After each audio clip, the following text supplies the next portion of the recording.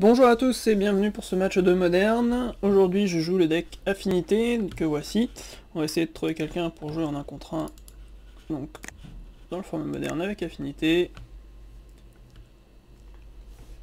Normalement c'est pas trop long. Il y a pas mal de gens qui jouent dans le format en ce moment.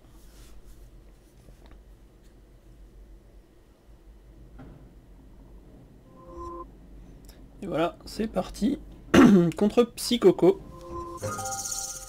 Alors, on n'a pas gagné le toss, on a une main correcte, des créatures, des sorts, des landes. Est-ce qu'on mulligan? Non. On va garder cette main. Je connais pas mon adversaire, donc je sais pas du tout ce qu'il joue. Alors, un fetchland blanc-rouge, il y a des chances que ce soit Zo. Zo qui est pas mal joué, hein, surtout par les pros en ce moment, sur les tournois internationaux comme les World Magic Cup et... je suppose aussi que ça a été joué au Worlds, le nouveau tournoi à 16 joueurs qui réunit ceux qui ont gagné les Pro Tours, le Pro Tour Player de l'année, et ainsi de suite. Donc blanc-rouge, ouais, il y a quand même pas mal de chances que ça soit Zo. Ce qui est assez étonnant, c'est qu'il n'ait pas fait de créature tour 1. Mais bon. Un lampe bleu. Ok, c'est pas. Hop, on va poser notre Spellskite. Il va déjà bien l'embêter. Ça permet de rediriger les Lightning Helix et ainsi de suite, les foudres. Donc c'est vraiment pas mal. Hop, un caisse de 5 graphes, c'est plutôt mauvais pour nous. Heureusement, on a la bonne idée de piocher et un land indestructible et un champion. Ça sera donc protection contre toutes les couleurs. Et ça risque de vraiment lui poser des problèmes. Parce que son guest, il va pas pouvoir en faire grand chose, il va pouvoir nous mettre 4 en attaquant une fois, mais c'est tout. Donc là, il va falloir qu'il réfléchisse un petit peu à ce qu'il va faire quand même. Je pense qu'il a aucun moyen de gérer le Hedgehog champion, vu la configuration de la partie avec 2 Darksteel Citadel sur table. J'aurai toujours le Metalcraft pour lui, donc je vois pas trop ce qu'il peut faire à mon champion. Voilà, donc il attaque pas, normal. Hop, alors on va espérer qu'il joue pas de contre. Hop, un cranial plating. Qui serait vraiment énorme si ça passait. Mais, ah, visiblement il va jouer quelque chose. Une Rimande, ok. Et ben, on va le rejouer. C'est pas très grave. Hop.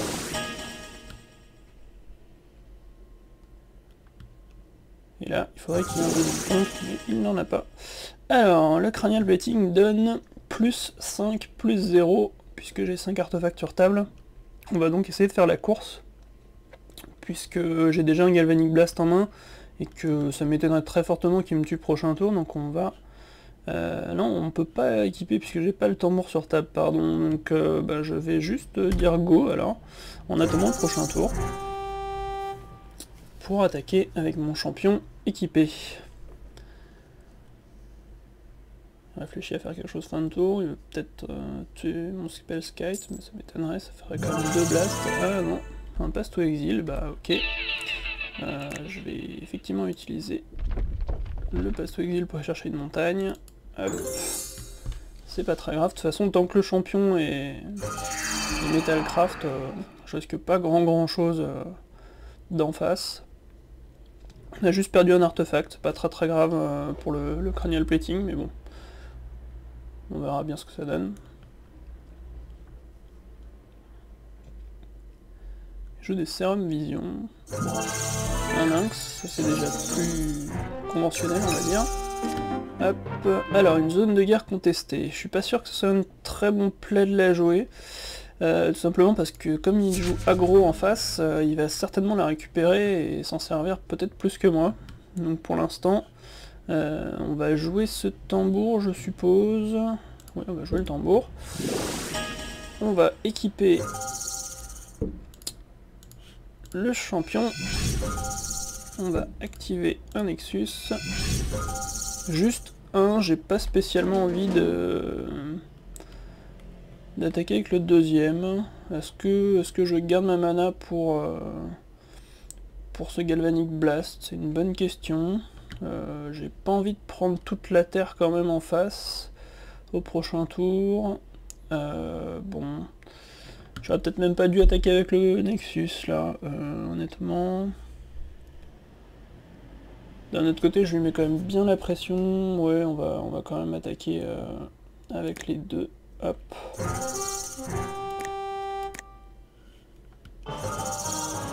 Et je vais juste activer mon Nexus pour donner +1 à mon champion et garder ma mana rouge pour le Galvanic Blast. On passe donc à 7. Donc il faut qu'il me tue plus ou moins ce tour-ci, sinon il va perdre, hein, puisque il va pas gérer le champion avec Cranial Plating. Donc à moins qu'il ait un bounce pour le cranial, mais j'y crois moyen dans la première partie. Donc je vois pas trop ce qu'il peut faire, à part essayer de me tuer effectivement ce tour-ci, mais... Là voilà, alors il va chercher un terrain. Je pense que je vais lui tuer tout simplement son Step Lynx en réponse.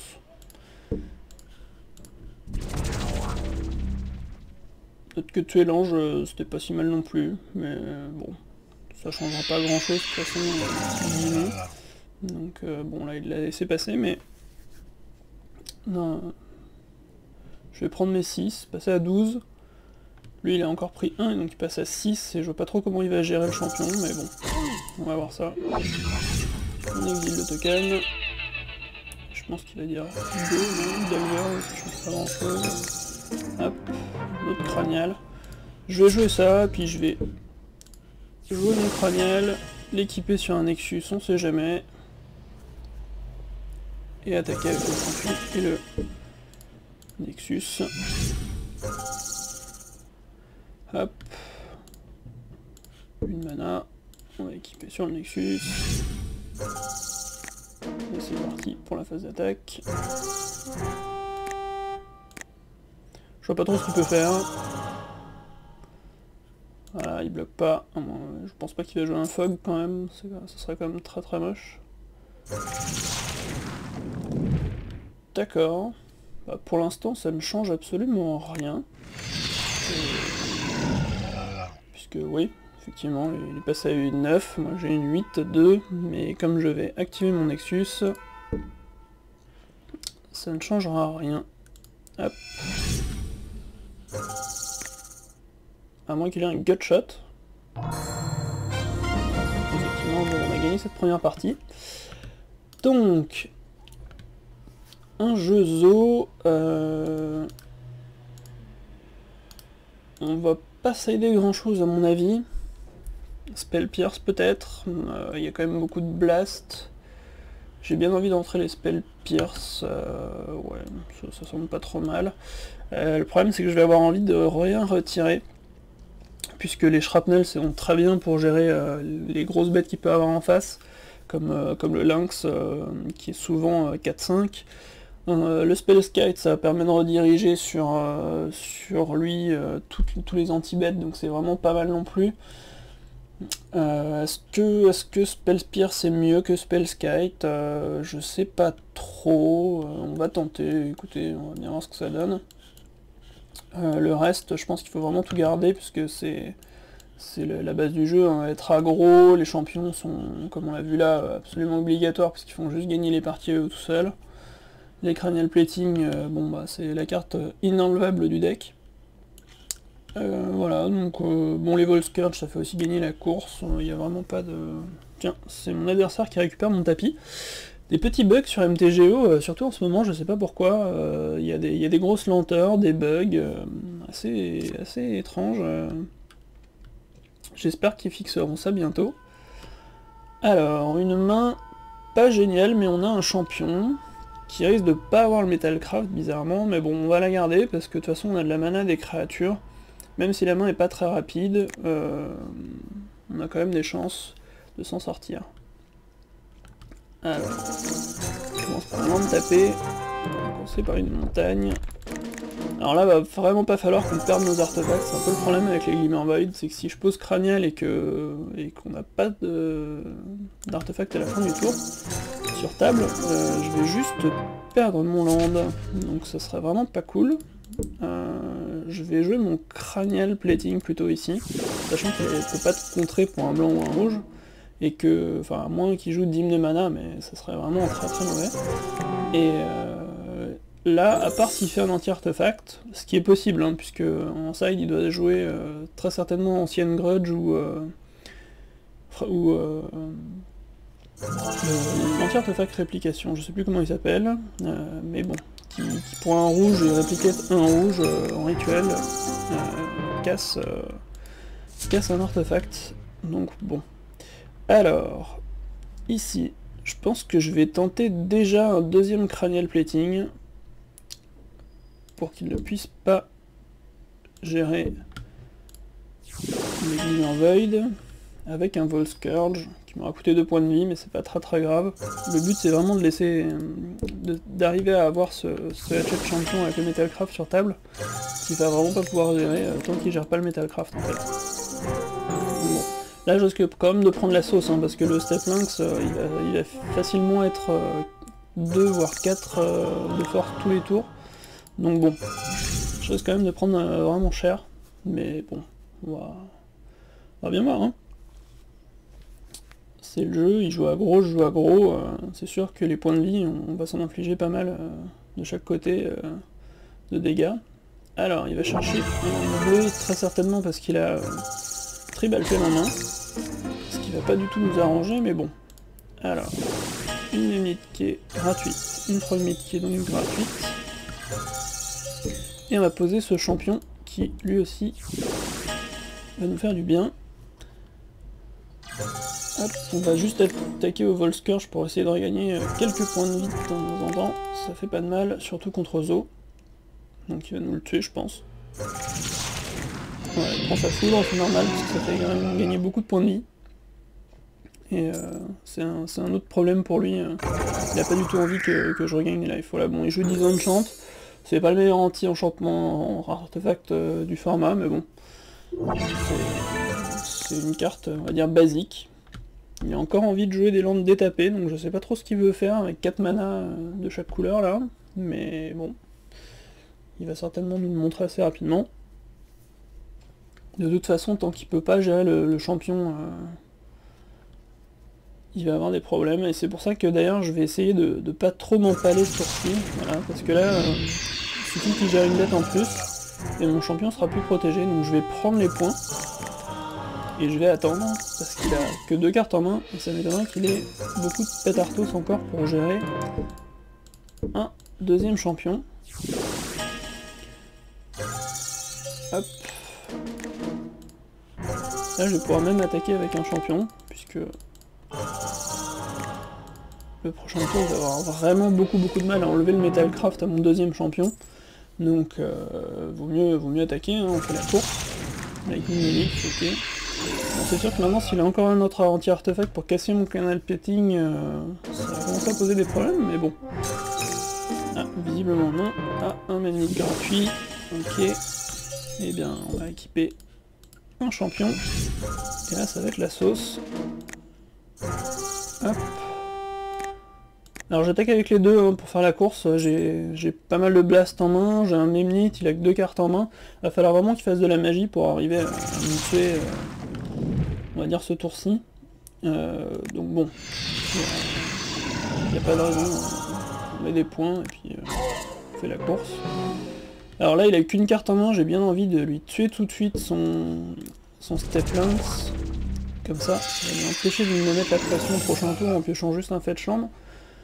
Et ça me permettra de gagner beaucoup de temps. Et le temps, quand on joue aggro contre aggro, c'est vraiment une bonne chose. Hein. Tambour, voilà, alors, qui sert pas à grand chose et qu'on va très certainement sacrifier au Shrapnel Blast, mais qui a l'avantage de booster notre champion à cause de son cranial plating. Hop, on va remettre 8. Et là je vais pas attendre, hein. Je vais faire directement le Shrapnel, parce que de toute façon s'il a un contre en main, bah il le jouera, voilà. Et on attendra le prochain tour. Mais bon, je pense qu'il a pas de contre en main, sinon on l'aurait déjà contré le tour d'avant. Une Lightning Helix, ok. Bon bah il gagne du temps, mais voilà, il est à 2, avec une seule bête sur table, 0 carte en main. Va falloir qu'il top deck sévèrement, parce que pour gérer les 2 champions, voilà, Tribal Flame, ok, bon ben je vais prendre maximum 8 et j'aurais quand même gagné la partie. Donc c'est pas très grave. Et c'est sûr qu'on était assez tendu sur cette partie. Donc voilà, bon. Alors Zo, c'est pas un match évident tout le temps, puisque c'est quand même un jeu aggro avec beaucoup de blast, ça nous tue assez facilement les créatures chez nous. Sachant qu'en plus ça joue, comme je le disais, très certainement Ancienne Grudge, qui est vraiment horrible, parce que ça casse 2 artefacts pour une seule carte et pour pas cher en mana. Donc voilà, et puis l'autre carte dont j'ai oublié le nom tout à l'heure, c'est Shattering Spree, donc pour un rouge, ça détruit un artefact, c'est réplication pour un rouge, mais c'est un rituel. Dans son jeu, c'est jouable aussi, parce que ça joue beaucoup de sources de mana rouge, donc il peut casser 3 voire 4 artefacts dans des cas extrêmes en milieu ou en fin de partie, avec une seule carte, et ça retourne vraiment la partie. Donc voilà, bah merci beaucoup de m'avoir suivi et d'avoir regardé cette vidéo. N'hésitez pas à mettre un petit j'aime, parce que moi ça me fera très plaisir. Et prenez soin de vous, à demain pour un autre match sur MTGO.